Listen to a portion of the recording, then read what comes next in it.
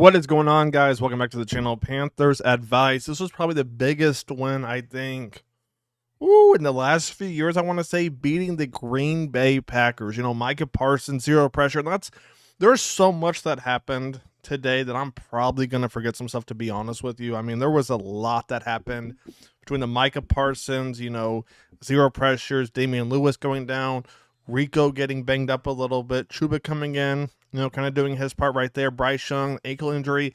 I'm trying to list off everything that way I don't forget anything. You had XL and the miscommunication with the timing thing right there in the corner end zone. I mean, there was a lot. There was a lot, but the Panthers came through. They got the dub. And I'm not going to lie to you. Early on in the game, I was watching Josh Jacobs run, and let's pull that up real quick. He ended up 17 for 87, but it felt like that first half, the Green Bay head coach, Matt LaFleur, right? I think he was trying to copy Buffalo's strategy where they just pounded James Cook, bang, bang, bang, right, against the Panthers front seven. Green Bay's offensive line isn't Buffalo's offensive line, right? And I think after a while, all right, Avila made some good adjustments, and they pretty much stopped Josh Jacobs. There was a couple times, all right, where he broke one out. There's a 15-yarder he got, late in the third?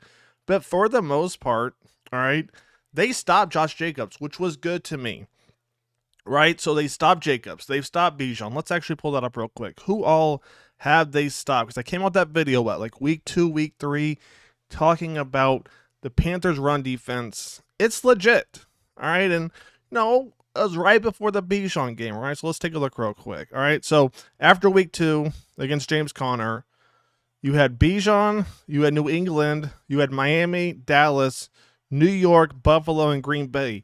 I think it's safe to say that this front seven is legit. All right. I think it's safe to say it's legit against the run. Against the pass, I go back and forth because I think we're getting there. You've got two young guys, right? You've got Nick Scorton, you've got Princely, you've got Wanham. It's hard to say. I think you let those guys go, but if you can get somebody in a trade or in the offseason where you're not breaking the bank completely, then you consider it. All right, just long enough, 3-year contract, let Prince there next step behind them. That way in 3 years they're up, and then bang, it's time for Nick and Princely to take that thing over. But even with that being said, I hesitate doing that too, because Nick Scorton, he's showing you a lot of potential. So, we'll see what happens right there. But the front seven against the run, like I said before, I think it's legit. Then we talk about the secondary real quick. And as I look at the stats real quick, let's see, how did Jordan Love do? 26 for 37. Let me show you guys real quick. 26 for 37, 273 yards, 0 touchdowns, 1 interception. And a big pass he got, Nick Scott, I don't know, man. I go back and forth. Some weeks he does just enough. Some weeks he does, not good enough. He did get the fumble recovery, but there's a couple broken tackles they had against him, and then he got caught with his eyes in the backfield. Not a good look. Greg Olsen did call it out for those who watch with volume, right? He got caught staring, right? He got caught staring, and it happened so many times last year. And again, sometimes Nick Scott, week to week, he does what you need him to do. Other times he does this right here, right? And I don't understand why Avila. Never mind. Let's not go down that path, because this was a big win. So what else is there to talk about? Let's talk about the receivers real quick. We're going to get into the quarterback and running back in a second. But receivers, all right, for the Panthers, you had T-Mac, 4 receptions, 6 target. That drop in the end zone, it wasn't really a drop, but he didn't get the 2 feet in. And then I think the second incompletion was, that one was risky, all right, because that was when they were driving, right, and Bryce Young had T-Mac on that timing route, and T-Mac really didn't turn around. And that DB, he wasn't close to picking it off, but, there was a little bit of a chance, all right, but 6 targets for him. You had Leggett, 3 targets, 1 catch, 2 of those targets. 1 was Bryce Young and Leggett. I don't know if the wind got the ball, all right, and moved it in that much, all right, in the end zone. I'm not sure what happened there. And in the second half, Bryce Young threw it a little bit high, tipped off his hands, almost intercepted, all right, but it didn't matter too much because there was a flag on the play. So Leggett did his thing. Rico, 3 targets, 2 receptions, 11 yards. Coker, 1 for 9. You had Tremaine, 1 catch as well. Jatavion Sanders. So as you can see, based off kind of what we're looking at, Dave went run heavy. Now, let's talk about this. Rico, man. Woo, woo. Rico, man, he's lighting it up. All right. And Greg Olson touched on something I said, weeks ago, that Rico Dowdle is a lot like Le'Veon Bell. But then I watched Jay Stu and TD talk about Rico Dowdle also punishes people, right? His aggressiveness, off the line. That's what makes him special, right? Is the fact he can give you that burst, right, off the handoff, or he can be patient. It's something I wish Chuba would work on. Like I said before, and I'll say it again. Chuba's going to put his head down, get you 3 to 4 yards every time. If Chuba could learn to be semi-patient and kind of run like Rico, Chuba might hit that next level too. But Rico, man, that's what makes him so special. But at the same time, we're going to talk about this right here. He's banged up. So it's what? It's week 9 right here. Okay. It's week 9, and we're going to be heading to week 10. I don't want to say the Panthers have to be careful with him. All right. 25 carries. It's semi what you want. I think we have a bye week coming up. Let's take a look real quick. I think we have a bye. Oh, we still have 4 more weeks till a bye week. That's kind of good and bad because you get the bye week late. It's going to be interesting to see, okay, Davis, like, he got 25 carries. How do we go from there? And here's my thing with this. I think moving forward, it's going to be okay to take Rico out for a drive or two, to be honest with you. And not back-to-back, obviously, right? But not just put Chuba in when Rico gets hurt, right? Because you need Rico for the next, 7-8 weeks just to get to the playoffs.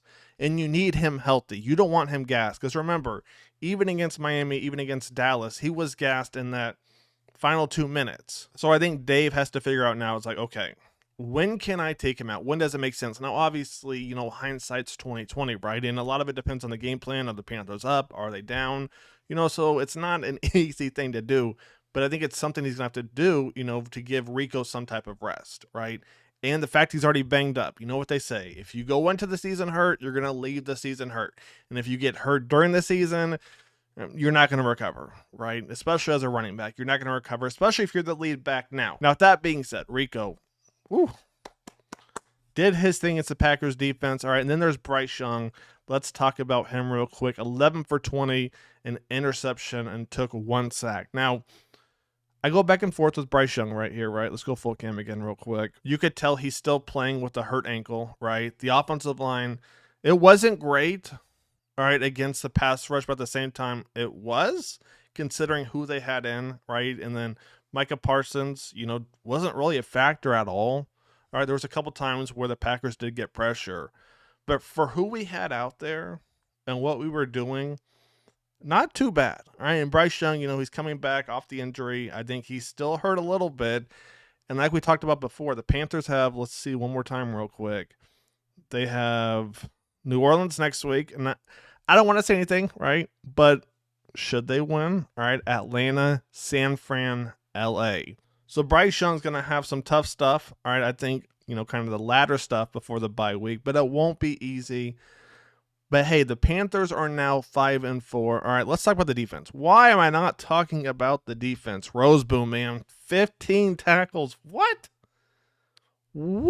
He was playing on fire, and I'm pretty sure on one of those last plays, I think on that 3rd and goal where they gave Josh Jacobs a touchdown, I'm pretty sure he got a concussion, to be honest with you.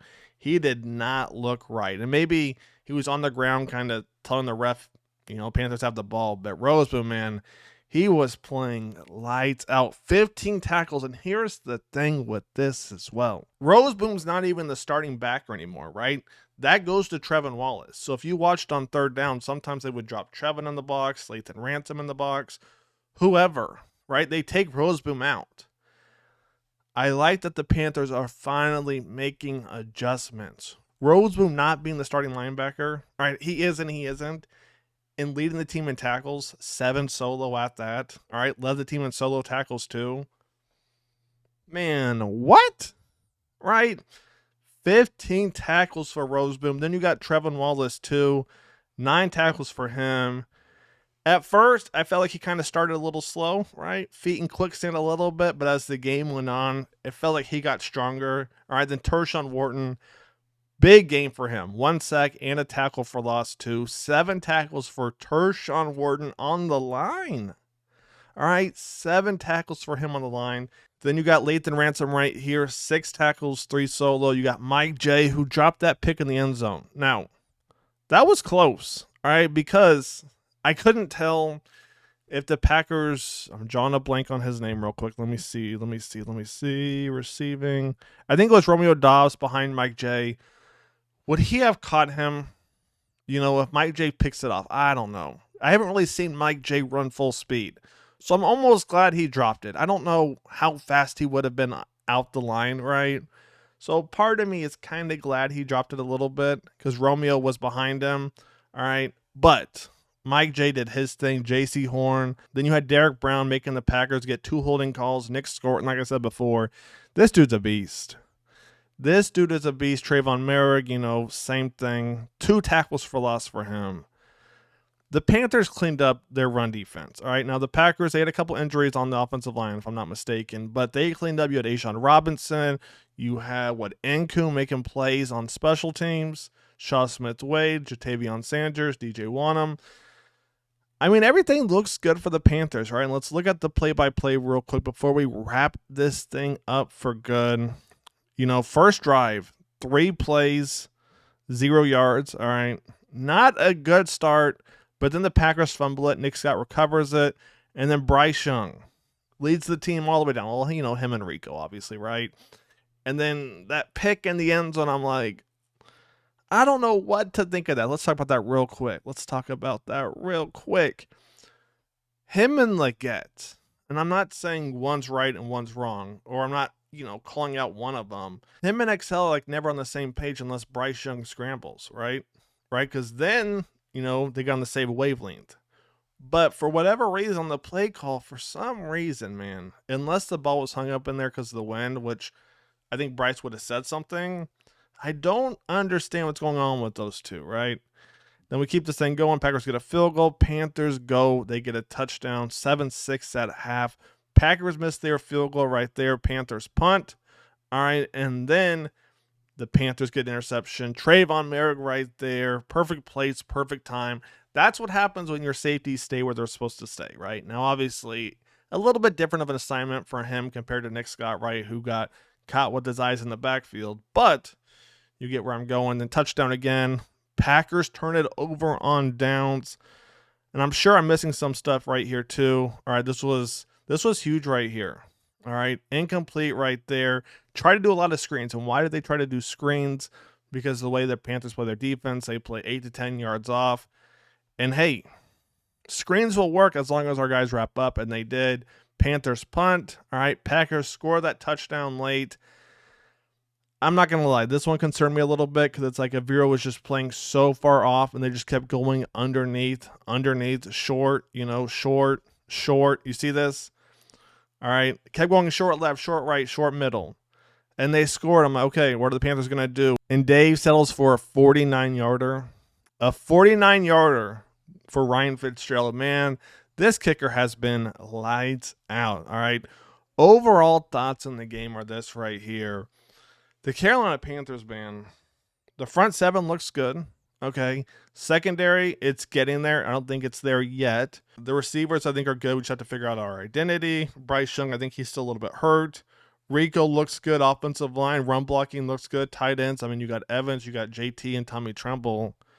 The Panthers have the most complete team they've had in a while. Now let's see what they can do, right? Because you got, let me double check one more time, New Orleans coming up and Atlanta coming up. 2 games. I don't know if they'll be favored against Atlanta or not. I think they should be, but I don't know for sure. If they win both of those, that's going to put the Panthers at what?